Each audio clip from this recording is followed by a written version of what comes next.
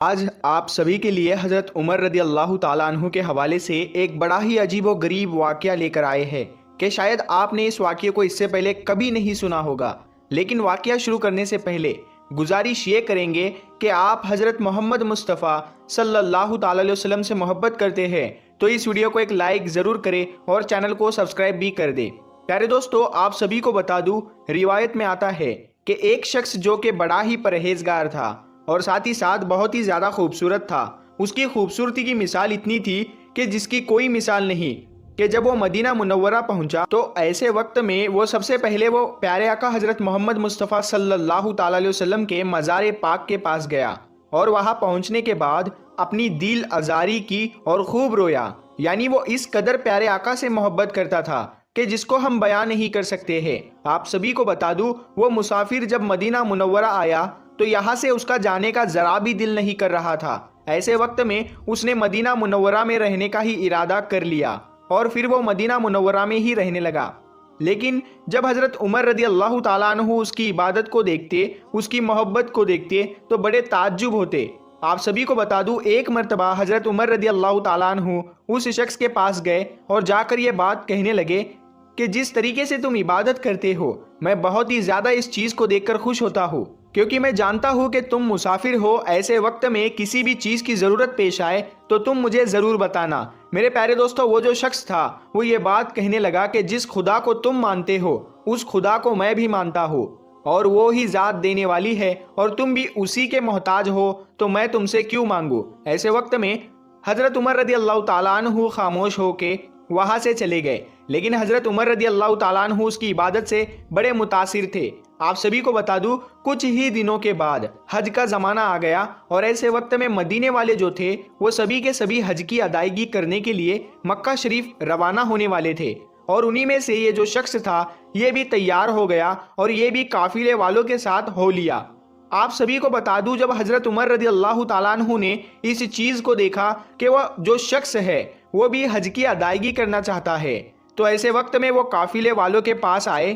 اور آ کر یہ بات کہنے لگے کہ یہ جو شخص ہے یہ بڑا ہی نیک ہے، بڑا ہی پرہیزگار ہے، تم سبھی قافلے والے جو ہے وہ اس کی حفاظت کرنا۔ یہ بات سننے کے بعد قافلے والے جو تھے وہ اس بات کے اوپر راضی ہو گئے، کیونکہ قافلے والے بھی اس بات کو جانتے تھے کہ یہ جو شخص تھا یہ بڑا ہی پرہیزگار شخص تھا اور بڑا ہی نیک ہے اور اس کے من میں کوئی لالچ نہیں ہے۔ ایسے وقت میں وہ جو شخص تھا وہ قافلے والوں کے ساتھ روانہ ہو گیا۔ ابھی منزل روا دوا تھی، ابھی کچھ ہی وقت گزرا تھا کہ اسی قافلے والوں میں سے ایک عورت بھی تھی جو کہ نہایت ہی خوبصورت تھی، اور اس عورت کی جو نظر تھی وہ اس شخص پر پڑنے لگی، اور دھیرے دھیرے کر کے وہ جو عورت تھی وہ اس شخص کے خوبصورتی کی قائل ہونے لگی۔ اور ایسے وقت میں جب بھی قافلہ کہیں پر بھی رک جاتا تو وہ قافلے والوں کے ساتھ اپنا خیمہ نہیں لگاتی، یعنی اسی شخص کے قریب اپنا خیمہ لگاتی، اور وہ جو شخص تھا وہ جہاں پر بھی رکتا ایسے وقت میں وہ قرآن شریف کی تلاوت کرنے لگتا، اور اسی چیز کا بہانہ مار کے وہ جو عورت ہوتی اس شخص کے قریب جا کر بیٹھ جاتی اور اس کی قرات کو سننے لگتی۔ میرے پیارے دوستو، دھیرے دھیرے کر کے وہ جو عورت تھی وہ بہت ہی زیادہ اس شخص کے قریب آنے لگی، اور جب اس عورت سے برداشت نہیں ہوا تو فوراً ہی وہ اس شخص سے یہ بات کہنے لگی کہ میں تمہارے ساتھ گناہ کا ارادہ کرتی ہوں، اور اگر تم نے اس چیز سے انکار کر دیا تو ایسے وقت میں تمہارے اوپر میں غلط الزام لگا دوں گی اور تمہیں پھنسا دوں گی، اور ویسے بھی لوگ عورتوں کی باتوں پر جلد یقین کر لیتے ہیں۔ تو یہ بات سننے کے بعد وہ جو شخص تھا وہ فوراً ہی یہ بات بولنے لگا کہ اللہ کا خوف کرو، کس طرح کی تم باتیں کر رہی ہو، اب یہ حج کی ادائیگی کے لیے تم جا رہی ہو اور ایسے وقت میں تم اس طرح کی بات کر رہی ہو، تمہیں تو شرم آنی چاہیے۔ بہتر یہی ہے کہ تم ان سب چیزوں سے باز آ جاؤ اور اللہ کو راضی کرنے کی کوشش کرو تاکہ اللہ تمہارے حج کو قبول کر لے۔ لیکن میرے پیارے دوستو، وہ جو عورت تھی وہ کسی بھی حد تک ماننے کو تیار نہیں تھی، اور وہ ایسے وقت میں جب اس شخص نے گناہ کرنے سے انکار کر دیا تو اس عورت کو بہت ہی زیادہ غصہ آ گیا، اور جب یہ شخص سونے کے لیے چلا گیا تو ایسے وقت میں وہ جو عورت تھی وہ ایک اشرفی کی تھیلی لے کر آئی اور اسی شخص کے سامان کے ساتھ اس کے تھیلے میں جا کر رکھ دیا اور چپ چاپ اپنی جگہ پر لوٹ آئی۔ جب صبح کا وقت ہوا تو ایسے وقت میں وہ جو عورت تھی وہ شور مچانے لگی اور یہ بات کہنے لگی کہ میرے پاس کچھ سونے کی اشرفیات تھی جو کہ میں نے حج کی ادائیگی کے لیے رکھی تھی، اور میرے پاس صرف اتنا ہی تھا، اب میں کیا کروں گی، اب میرے پاس تو کچھ بھی نہیں بچا۔ تو یہ بات سننے کے بعد سارے قافلے والے جو تھے وہ بڑے حیران ہوئے اور فوراً ہی یہ بات کہنے لگے کہ اگر کسی قافلے والے نے لیا ہوگا تو ہم اس کی تلاشی لیتے ہیں۔ ایسے وقت میں جتنے بھی قافلے والے تھے ان سبھی کی تلاشی لی گئی، لیکن کسی کے پاس بھی وہ اشرفی کی تھیلی نہیں ملی۔ تو میرے پیارے دوستو، جتنے بھی قافلے والے تھے وہ اس عورت کے پاس آئے اور آ کر بولنے لگے کہ تمام جتنے بھی قافلے والے تھے ہم نے سبھی کی تلاشی لے لی، لیکن تمہاری اشرفی کی تھیلی نہیں ملی۔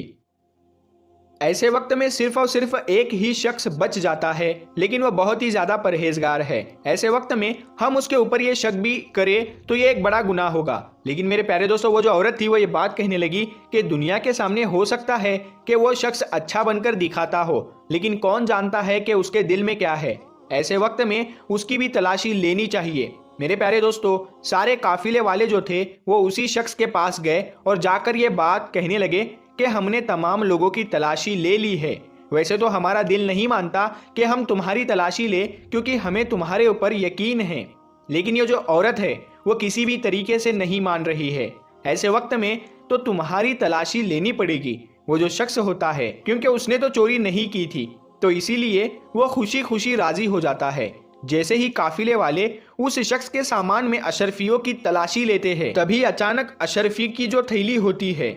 وہ نظر آ جاتی ہے۔ وہ جو عورت ہوتی ہے وہ فوراً ہی یہ بات بولتی ہے کہ دیکھا، میں نے جو کہا تھا وہی ہوا، یعنی یہ جو شخص ہے یہ اوپر سے دکھاوا کرتا ہے اور اللہ والا بنتا ہے، لیکن اصل میں یہ چور ہے اور یہ دنیا کے سامنے اچھا بننے کی کوشش کرتا ہے۔ ایسے لوگوں کے ساتھ تو بہت ہی زیادہ ظلم کرنا چاہیے۔ تو میرے پیارے دوستو، یہ بات سننے کے بعد تمام قافلے والے جو تھے وہ سبھی کے سبھی اس شخص کے اوپر وار کرنے لگے اور سبھی کے سبھی نے اس کو اتنا مارا کہ وہ بہت ہی زیادہ زخمی ہو گیا۔ لیکن ایسے وقت میں وہ جو شخص تھا وہ خاموش رہا، اس نے کچھ بھی نہیں بولا۔ لیکن جب قافلے والوں کو یہ چیز کا یقین ہو گیا کہ یہ جو شخص ہے یہ چور ہے اور یہ دنیا کے سامنے دکھاوا کرتا ہے، تو ایسے وقت میں اس شخص کو زنجیروں سے باندھا گیا۔ لیکن وہ جو شخص تھا وہ پھر بھی اللہ کی رضا پر راضی تھا اور وہ خاموش رہا، اس نے کچھ بھی نہیں بولا۔ اس کے بعد قافلے والے جو تھے وہ مکے کی طرف روا دوا ہوئے، یعنی حج کی ادائیگی کے لیے۔ لیکن تبھی وہ جو شخص تھا وہ یہ بات کہنے لگا کہ آپ لوگ بھی حج کی ادائیگی کرنے کے لیے جا رہے ہیں اور میرا بھی یہی ارادہ تھا کہ میں بھی حج کرنے کے لیے جاؤں۔ ایسے وقت میں آپ میری زنجیروں کو کھول دیجئے اور میں حج کی ادائیگی کرنے کے بعد دوبارہ آپ جہاں بولیں گے وہاں لوٹ آؤں گا، میں کہیں نہیں بھاگوں گا۔ لیکن قافلے والے جو تھے وہ اس بات کے اوپر کسی بھی حد تک راضی ہونے کو تیار نہیں تھے، اور ان میں سے جو کچھ لوگ تھے وہ یہ بات کہنے لگے کہ ہو سکتا ہے کہ تمہاری زنجیر کھولنے کے بعد تم حج کا بہانہ بول کے یہاں سے فرار ہو جاؤ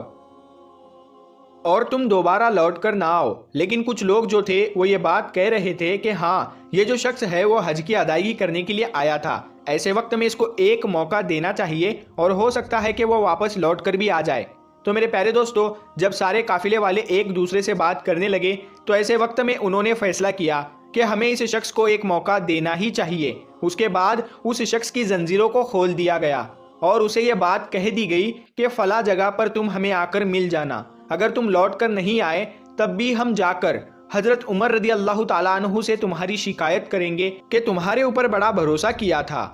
لیکن تم نے ان کے بھروسے کو توڑ دیا۔ لیکن پیارے دوستو، وہ جو شخص تھا وہ چپ چاپ حج کی ادائیگی کرنے چلا گیا۔ آپ سبھی کو بتا دوں، مکہ شریف پہنچنے کے بعد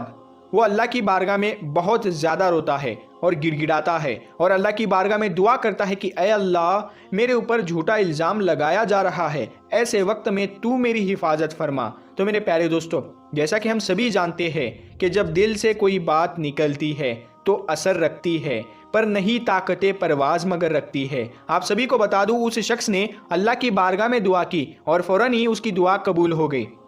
اور فوراً ہی وہ جو شخص تھا وہ حج کی ادائیگی کرنے کے بعد اسی مقام پر پہنچ جاتا ہے جہاں پر اسے کہا گیا تھا۔ جب لوگوں نے اس شخص کو دیکھا تو وہ بہت ہی زیادہ حیران ہوئے اور یہ بات کہنے لگے کہ ایسے وقت میں تو لوگ یہاں سے بھاگ جایا کرتے ہیں، کبھی لوٹ کر نہیں آتے، لیکن تم نے ہمارا بھروسہ جیت لیا ہے اور اس بات سے ہم بہت ہی زیادہ خوش ہیں اور ایسے وقت میں تمہیں زنجیروں میں نہیں باندھیں گے۔ میرے پیارے دوستو، آپ سبھی کو بتا دوں قافلہ جو تھا وہ مدینہ منورہ کی طرف روانہ ہو گیا، لیکن ابھی کچھ ہی دور چلے تھے کہ تبھی اچانک اس عورت کے پاس جتنی مال و دولت تھی وہ ساری کی ساری ختم ہو چکی تھی، اور مدینہ منورہ پہنچنے کے لیے اس کو کچھ نہ کچھ مال کی ضرورت تھی۔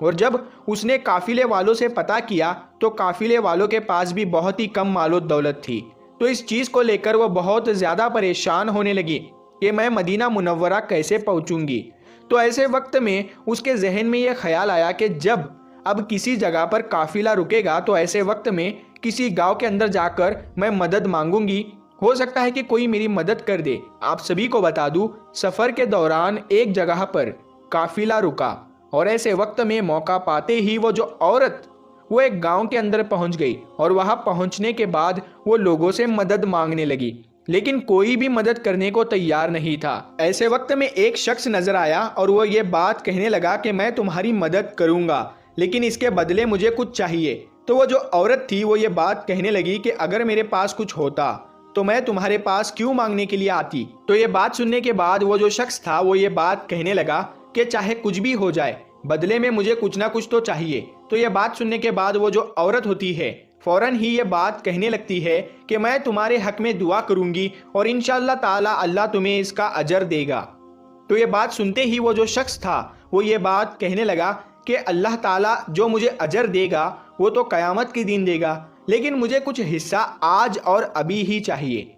ایسے وقت میں وہ جو عورت تھی وہ یہ بات بولنے لگی کہ بھلا تمہیں کیا چاہیے۔ تو وہ جو شخص تھا وہ یہ بات کہنے لگا کہ میں تمہارے ساتھ گناہ کرنا چاہتا ہوں۔ ایسے وقت میں وہ جو عورت تھی وہ پہلے تو انکار کرنے لگی، لیکن جب اس کو ضرورت محسوس ہوئی کہ مجھے بہت ہی زیادہ مال کی ضرورت ہے تو وہ فوراً اس بات کے اوپر راضی ہو گئی، اور پھر اس عورت نے اس شخص کے ساتھ گناہ کیا، اور بدلے میں اس شخص نے اسے اجرت کے طور پر مال دیا اور اسے روانہ کر دیا۔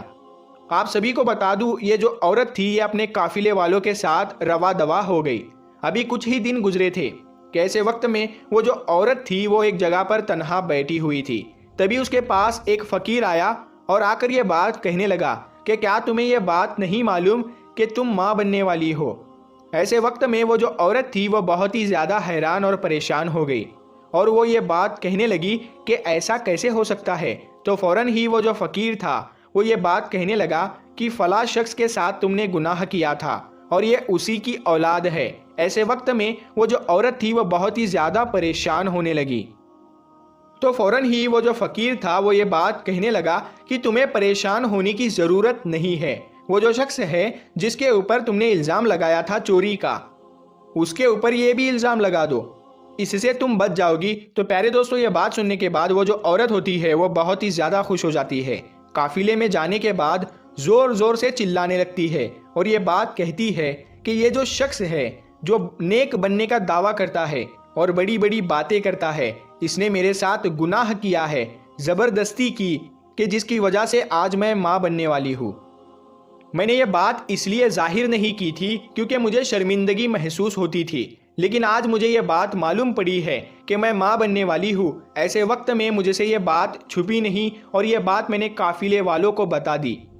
تو یہ بات سنتے ہی قافلے والے جو تھے وہ فوراً ہی بہت ہی زیادہ غصے میں آ گئے، اور فوراً ہی غصے میں آنے کے بعد اس شخص کے اوپر غصہ اتارنے لگے۔ آپ سبھی کو بتا دوں وہ شخص جو تھا وہ بہت ہی زیادہ پہلے سے ہی زخمی تھا، لیکن جب دوسری مرتبہ اس کے اوپر وار کیا تو وہ اور زیادہ زخمی ہو گیا۔ لیکن ایسے وقت میں وہ جو شخص تھا وہ خاموش رہا،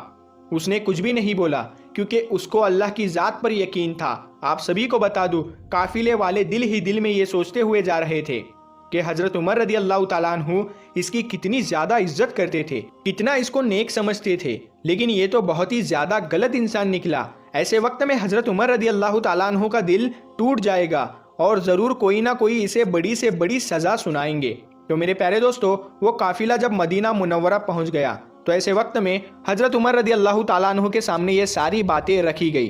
کہ کس طریقے سے اس شخص نے اس عورت کے اشرفیوں کو بھی چرا لیا تھا اور ساتھ ہی ساتھ زبردستی اس عورت کے ساتھ گناہ بھی کیا۔ تو یہ بات سنتے ہی حضرت عمر رضی اللہ تعالیٰ عنہ کو بڑا جلال آیا اور یہ بات کہنے لگے کہ میں تجھے تو بہت ہی نیک مانتا تھا، اچھا انسان مانتا تھا، لیکن تو اندر سے کچھ اور ہے اور باہر سے کچھ اور ہے۔ ایسے وقت میں تجھے کڑی سے کڑی سزا سنانی چاہیے۔ تو میرے پیارے دوستو، ابھی حضرت عمر رضی اللہ تعالیٰ عنہ ابھی کوئی فیصلہ کرنے ہی والے تھے کہ تبھی وہاں پر حضرت علی شیر خدا رضی اللہ تعالیٰ عنہ تشریف فرما ہوئے اور آ کر یہ بات کہنے لگے کہ یہ جو عورت ہے جو یہ بات کہتی ہے وہ ساری کی ساری باتیں جھوٹ بول رہی ہے، یعنی یہ جو شخص ہے وہ نیک ہے اور اس نے اس عورت کی کوئی اشرفیہ نہیں چرائی تھی اور نہ ہی اس عورت کے ساتھ زنا کیا تھا۔ تو یہ بات سننے کے بعد وہ جو عورت تھی وہ یہ بات کہنے لگی کہ یہ بات آپ ایسے کیسے کہہ سکتے ہیں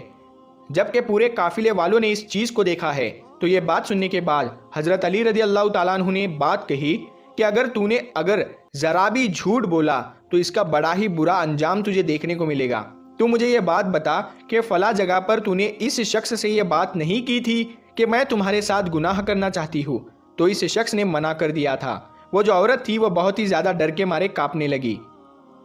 اور فوراً ہی یہ بات کہنے لگی کہ ہاں میں نے یہ بات کہی تھی۔ تو اس کے بعد حضرت علی رضی اللہ تعالیٰ عنہ نے یہ بات کہی اور پھر جب اس شخص نے گناہ کرنے سے منع کر دیا تو ایسے وقت میں تو نے اسے دھمکی دی تھی یا نہیں دی تھی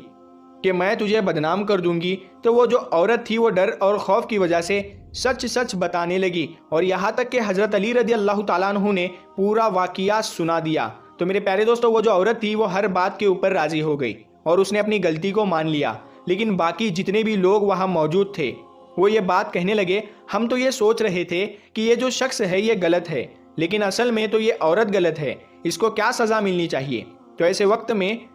حضرت علی رضی اللہ تعالیٰ عنہ نے فرمایا کہ فلاں قبرستان میں اسے لے جاؤ اور وہاں گڈھا کھودنے کے بعد اس کا آدھا جسم وہ گڈھے کے اندر رکھو اور آدھا جسم جو ہے وہ گڈھے سے باہر رکھو اور اس کے بعد اس کے اوپر مٹی ڈال دو۔ تو میرے پیارے دوستو ویسا ہی کیا گیا اور اس کے بعد وہ جو عورت تھی وہ ہلاک ہو گئی، لیکن باقی صحابی اکرام جتنے بھی وہاں موجود تھے وہ یہ بات کہنے لگے کہ آپ کو یہ ساری باتیں کیسے معلوم ہوئی؟ یعنی پورا واقعہ جو تھا وہ ہو بہو آپ نے سارا کیسے بتا دیا؟ تو اس بات کے اوپر حضرت علی رضی اللہ تعالیٰ عنہ فرمانے لگے کہ اللہ نے میری نظروں کے سامنے پورا واقعہ پیش کر دیا تاکہ یہ جو بے قصور ہے یہ کسی بھی طریقے سے رسوا نہ ہو جائے، اللہ اس بے قصور سے راضی ہے۔ تو میرے پیارے دوستو، اسی حوالے سے ہمیں یہ بات معلوم پڑتی ہے کہ جب کوئی بندہ اللہ کی بارگاہ میں دعا کرتا ہے تو ایسے وقت میں اللہ ضرور اس دعا کو قبول فرماتا ہے، بس شرط یہ ہے کہ جو دعا ہے وہ جائز ہونی چاہیے۔ تو میرے پیارے دوستو سوچئے اس چیز کو کہ جب غلاموں کا یہ عالم ہے کہ اللہ تعالیٰ سارا واقعہ آنکھوں کے سامنے پیش کر دیتا ہے اور انہیں ایسے نظر آتا ہے جیسا ان کے آنکھوں کے سامنے ہو رہا ہو، تو سوچئے اس چیز کو کہ پیارے آقا صلی اللہ تعالی علیہ وسلم کی کیا شان ہوگی، سبحان اللہ، ان کا کیا مرتبہ ہوگا، سبحان اللہ۔